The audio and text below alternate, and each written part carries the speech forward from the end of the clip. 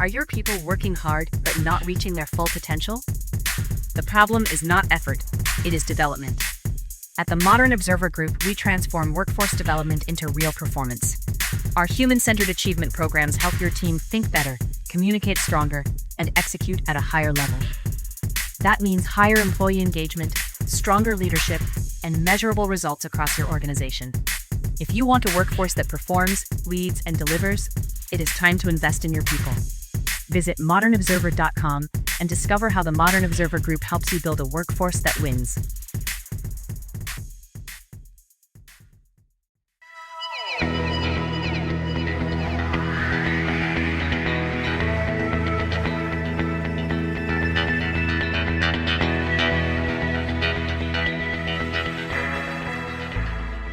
Hello, and welcome to the Success Showcase, the podcast that helps you succeed in your business, life, and career. I'm your host, Eric Lopkin with the Modern Observer Group, and with me, as always, is Chip Janiszewski from the Happiness and Success GPS. Chip, how you doing this week? I'm doing great. How about you, Eric? I'm doing wonderful. Summer is moving along, and with it, a lot of folks get to take some time off. A lot of folks, it's their busy season.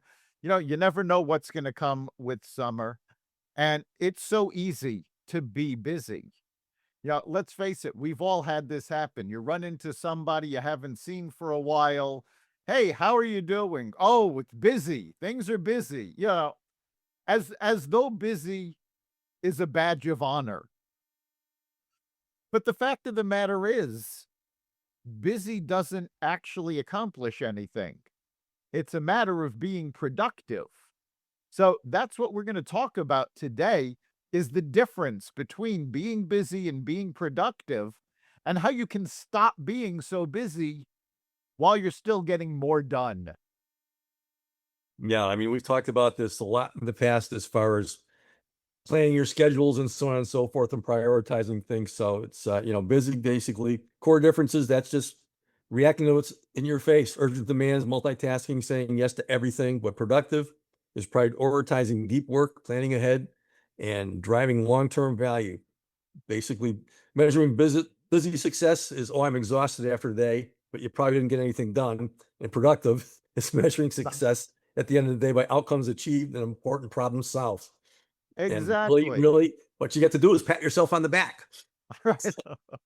I know we all have days where fires need to be put out, things come up unexpectedly that make us busy, that are not terribly productive. But as long as we keep those days to a minimum, and most of our time is actually productive. Now, that doesn't mean being active every moment. That's busy. That's not productive. Productive people take time off. They relax, they recharge, and that's something that's very important. But it really starts with something you just said about saying yes to everything. That's a way to be busy but not productive. And people have to get comfortable with the idea of saying no. When people ask you to chair this committee or volunteer for this, or can you help me out with this project? If this is not something that's going to get you closer to your goals, if it's not something you care about, and if it's going to take time away from things that you should be doing, you need to say no. It's so important that we start setting up boundaries, and most people are not good at this. When someone asks you to do something, you go, oh, sure, no problem. And then, of course, either you get overwhelmed while doing it because it's one more thing on top of a busy schedule. You end up procrastinating with it and putting it off until you end up doing a half-baked job with it. Or you end up going back to the person and saying, you know what, I thought I had more time, I can't do it. Which, let's face it, that's actually worse than saying no in the first place. So we need to get comfortable prioritizing things and saying no to things that aren't a priority. Yeah, I Don't mean, basically, in Mr. AI, who is my assistant in these weekly podcasts, I have the four bullets here, how to stay productive. You mentioned number one there, say no often, decline low value meetings and so on and so forth. But the opposite of that is setting clear priorities. And this recommends just choosing a maximum of 3 high impact tasks each day before looking at your messages or schedule. Stopping the multitasking, just do one task at a time. And we have talked about time Yep. scheduling and time management and so on and so forth. And just as you mentioned, schedule rest, take intentional breaks to avoid burnout and keep sharp. And I mean, it's not rocket science, and we're just kind of stating this in a new way from different things that we talked about before.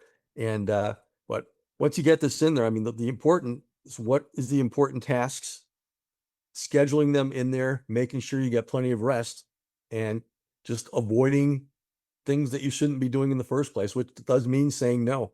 And people will respect you for that. Yes, So, I mean, when you finally say yes to something, they're going to know that it's important. exactly. When you turn something down, when you say you cannot do this at this time, you're telling them the truth, and they can accept that. You know, it's not as though, "Oh, I don't feel like it, so, I'm gonna blow you off." No, that's what happens later on when you say you're gonna do something and don't do it. That's blowing people off, and that is not acceptable. So, say no at the beginning if it's not something that's important to you, or if it's something you don't think you're a good fit for, or simply you don't have time for. Now, the second thing you mentioned is priorities. And that's something that also a lot of us have trouble with. We have difficulty figuring out what's urgent and what's actually important. And yes, something can be both urgent and important, and it can be not urgent and not important. But you have to figure out where it fits on that scale. And we've talked about the Eisenhower matrix in the past, where you sort of graph out the urgency versus the importance. And the things you should be saying yes to are urgent and important.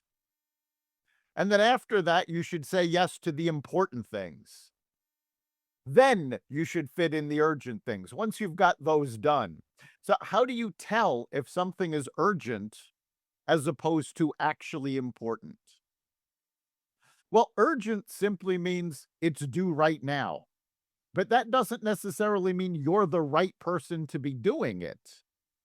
If it's important, this is going to get you closer to your long range goals.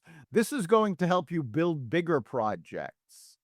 The important things are stepping stones to bigger, more important things, as opposed to urgent, which is, well, we just have to get this out of the way. So when you learn how to tell the difference between the two, it makes it a lot easier to say no, because when you say, I'm working on something important, maybe I can, help you out at a later time. That's showing your priorities. The other thing is, we have a lot of urgent things come up, but you have to ask yourself if it's urgent but not important. Is there a consequence for it not getting done? If there's no consequence and it doesn't matter, if it gets done or not, just say no. Don't even bother with it. If there's no reason for it to be getting done, other than the fact that somebody said we should be doing this, stop doing it immediately. Go on to more important things. Yep. And I know in the past you've talked about inboxes and sorting things out as they come into your inboxes, exactly the way you're talking about. And you talk about the time period. If something is sitting there for a while, chances are that's not too important and you should just delete it, period. Yeah, in terms of inboxes, we've talked about the 2-minute rule, which is if something comes in and it takes 2 minutes or less to do, just do it. Get it off your plate. If it's something that requires attention, then you come back to it. when you actually have the time to do it properly. And if it's something that's just reference, you just file it and, if you need it, you need it, and you'll go back to it. But understanding the difference between what's urgent and what's important is really the key to not being so busy. Every email that comes in, to follow up on that example, does not require an immediate answer. And this is something that a lot of folks, especially the younger generation, do not understand. They're always busy because as soon as a text comes in, they have to respond. As soon as an email comes in, they have to respond. No, not every message needs an immediate response. You can put off for a little while getting back to somebody, especially if it's not important. And, offices used to have this sign that they would hang up, and it would say, "A failure to plan on your part does not constitute an emergency on our part." And this is very true. The fact that somebody else thinks this is urgent doesn't make it so. So you have to be able to evaluate these things. Yeah. I mean, what we talk about all the time is basically scheduling things based upon what is super important and is what are the consequences of not doing it. And we talk about time management, and you've talked about breakouts as far as that goes, and working on really important things for a period of time, but taking a break because you're going to burn out in the middle of that too, and you'll be do twice as well revisiting that later on rather than spending a whole day on something. So, I mean, basically the time blocking is really, really important too. And I know that that's something that where you have your tools for managing that. But if you can schedule your day, the more organized you are in doing that, and you're scheduling it based upon what your clear priorities are, that are the most important things that you must get done for success, that's a great start. But scheduling is a big part of it rather than just looking at the pile and weeding stuff out every day. If you go in with a plan every single day, once you start that and get into that routine and that routine becomes practice, you're going to be a whole lot better because you've done that. Yes, putting your schedule together is incredibly important. And as Stephen Covey, I believe it was Stephen Covey that said, you need to schedule your priorities, not prioritize your schedule. So, what's the difference? Well, scheduling your priorities, you are blocking off time to do what is important. Things that are important for your life, your career, your business, things that are going to take some time. And you used a phrase earlier that's very important, deep work. Now, a lot of folks aren't familiar with this, but deep work is strategic, it's planning, it's putting things together for the long term, as opposed to the shallow work, which is filing papers, checking your email, you know, tossing something together for your boss. That's shallow work. That's stuff you don't really need to think about. Deep work is work that requires thought, and you need to schedule time for this. You cannot do deep work if you're constantly being interrupted. And the only way for you not to be interrupted is to block off time in your calendar, shut off your notifications, shut your office door, or put a sign up on your cubicle if you're in a cubicle, and let people know you are not available for conversation right now.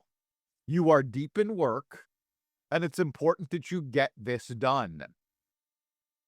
You'll be happy to talk to them or help them out when you're finished with it. But deep work takes time and concentration. You cannot do deep work if you're jumping from task to task. If you're jumping to answer every phone call, every notification, every email, every text, you're not focused on your priorities. So you have to put time in for your priorities. And sometimes this is very easy. If there's an important task that you do on a regular basis, block out that time on your calendar every day, every week, every month, whatever it is, so that you've got the time to do it properly. And something else that's very important, and it is completely against most of our characters, you don't want to be scheduling this time for right before the project is due. You want to be working on this well ahead of time. Because what's going to happen? We've all seen it happen. We know it's going to happen, but we go, no, it won't happen this time. You're halfway through a project, maybe even more. And suddenly you find something has gone horribly wrong. And now you've got to go back and fix it. But because you waited so long to start, you don't have the time to fix it properly. And this is when you shift out of deep work into putting out fires. Planning helps avoid that. And this happens all the time. I just had a conversation with someone this morning. They're doing a home repair project, home remodeling. And my first thought was, well, that always takes twice as long as it was planned to take and costs twice as much.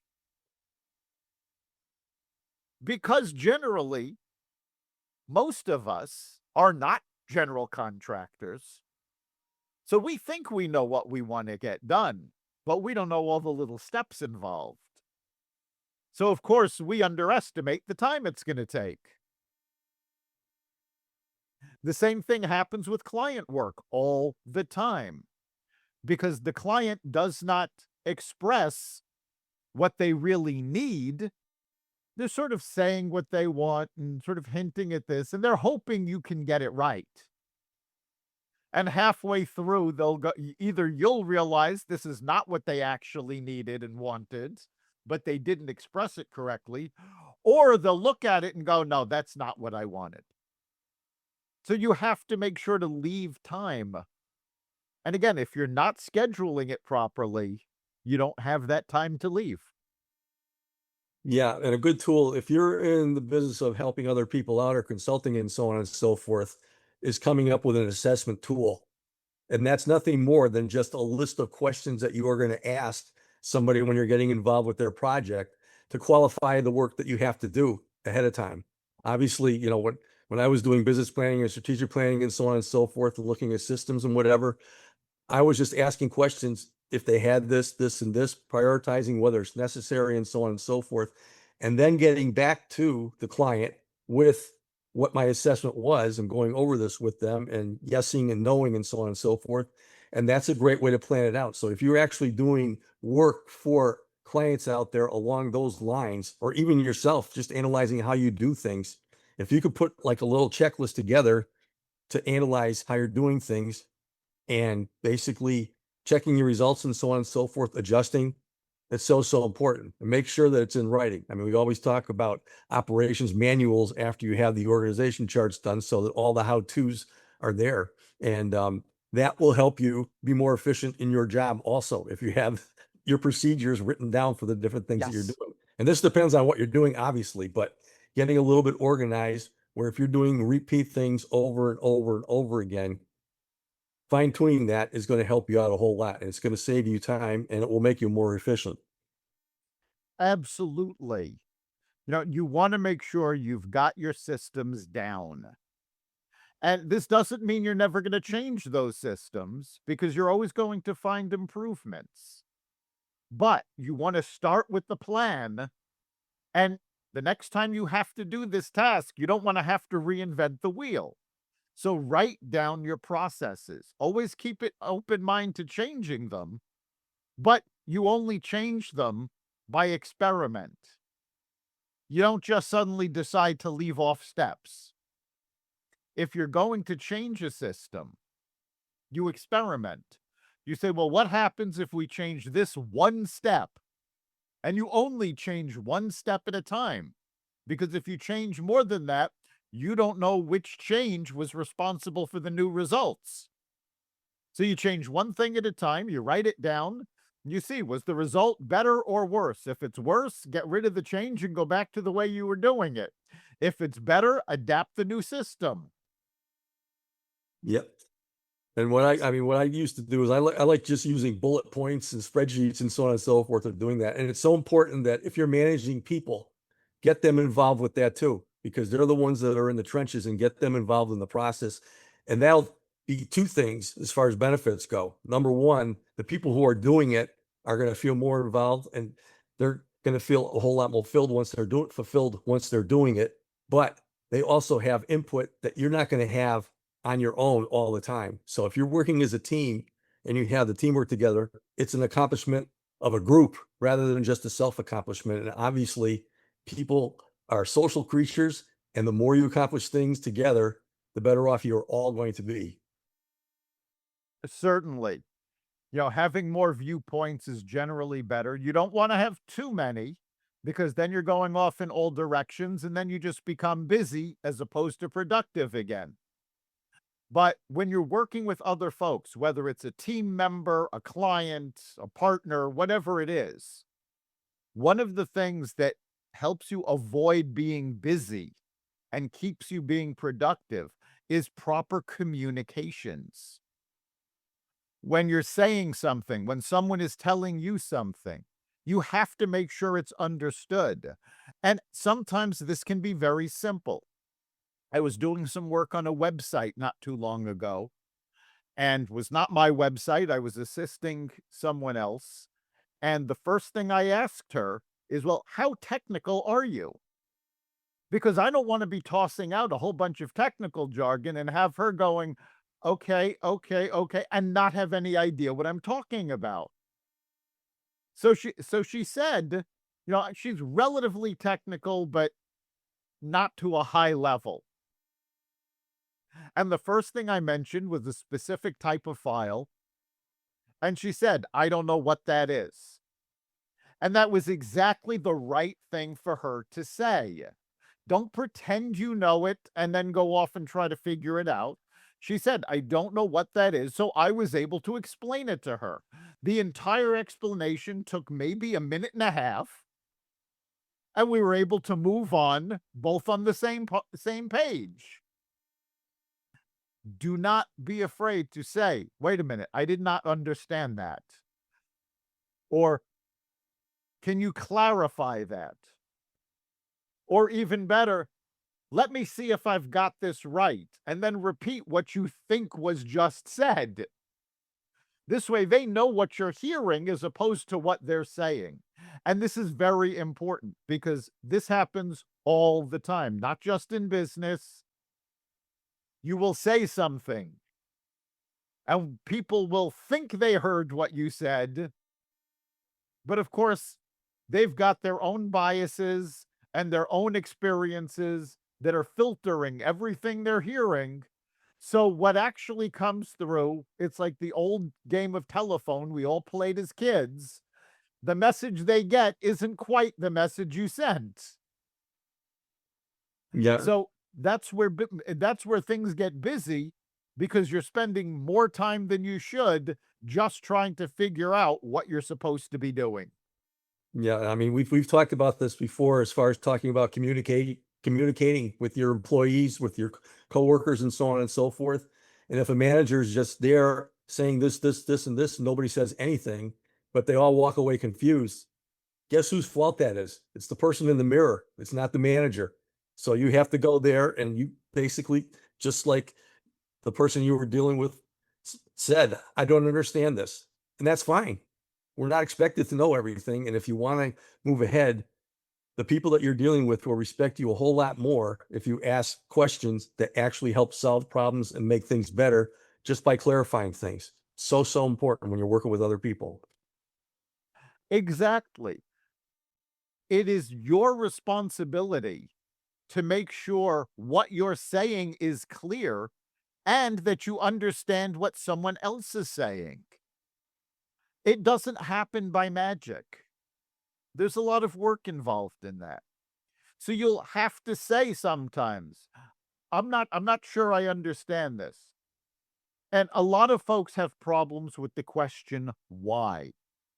And I had this all the time with one particular boss back when I was in corporate, because I would ask why, because I wanted to know what we were actually trying to accomplish so that I could do it in the best possible way. But when I would ask why, they would take it as a challenge to their authority. And it would go back to the old thing parents tell their kids. Why? Because I said so. That's why. It's like, because I said so is never a reason. What is the purpose? What is it that makes this task important? Goes back to what we were talking about earlier. Why is this important rather than urgent? If you understand why it's important, you will do better work on it. If you make it clear why it's important, the people you're working with will do better work on it. And that clarity avoids the busy work. You're not figuring out how to do something. You already know what has to be done. And this is something that falls apart a lot in meetings. If you're having a meeting about a project, you should not leave that meeting until everyone in that meeting knows exactly what their next step is. And if somebody doesn't have a next step in that meeting, you just wasted their time having them sit through the meeting. So think about that before you put a meeting together, before you send an email out, before you jump on a Zoom call or a phone call. What is it you need to accomplish and why is it important? By communicating that, you avoid the busy work and get right into productivity.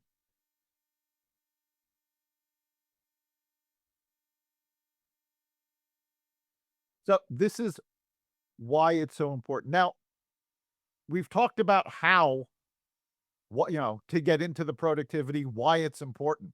But there's also important reasons why not to simply be busy. And the simplest reason is busy equals burnout. It happens all the time. When your schedule is packed with nonsense and you're running back and forth to get everything done, you're taking time away from the things that are actually important. And by the time you get to the things that are important, your brain is fried. It's the old commercial, this is your brain, and they show you an egg. This is your brain on drugs, and the egg is fried. That's what happens to your brain when you're on busy work. It's why we go home from work late, knowing we did not accomplish anything, but we're exhausted. That's what busy creates. And that's what we want to avoid, because it doesn't work for work-life integration. It doesn't work for productivity. It does not work for our own well-being. So the work suffers, we suffer, the business suffers, our lives suffer. Nothing good comes from busy work. So figure out what you're doing that's busy work. Figure out what's important and how to do it productively, and focus on that. You'll get more done, you'll be less tired, and you will feel so much better, and the results will reflect it. So we are just about at the end of our time. So Chip, what do you think is the big takeaway for our listeners this week? Well, getting back to the bullets, it's setting clear priorities and choosing a maximum of 3 high impact tasks to work on maybe each day before looking at anything else. Saying no often. Stop the multitasking, just work on one thing at a time, and schedule rest and time out. Again, Stephen Covey, 7 Habits of Highly Effective People, put it, quote, "The key is not to prioritize what's on your schedule, but to schedule your priorities." That's an old book, but it's still very, very highly effective right now, pun intended. It is very effective. And the fact of the matter is, everything we're talking about is not new. These are age-old principles that have always worked. They always will work. It doesn't matter how much technology you throw into the mix, how much new things come about. These are basics. And I think that's probably the most important thing for people to realize, is that these principles have been around for so long because they work. And they're always going to work as long as you put the work in. So don't try to look for a shortcut. We're not talking about fancy productivity hacks. We're talking about the basics of getting things done and not driving ourselves crazy and into burnout. You've been listening to the Success Showcase. You can catch every episode of the Success Showcase at xvadio.com, the Apple Podcast app, YouTube, Rumble, Spotify, iHeartRadio, Audible, Amazon Music, and wherever you find podcasts. And remember, wherever you're listening, don't forget to like and subscribe. Make this your best week ever and make next week even better. We'll see you then.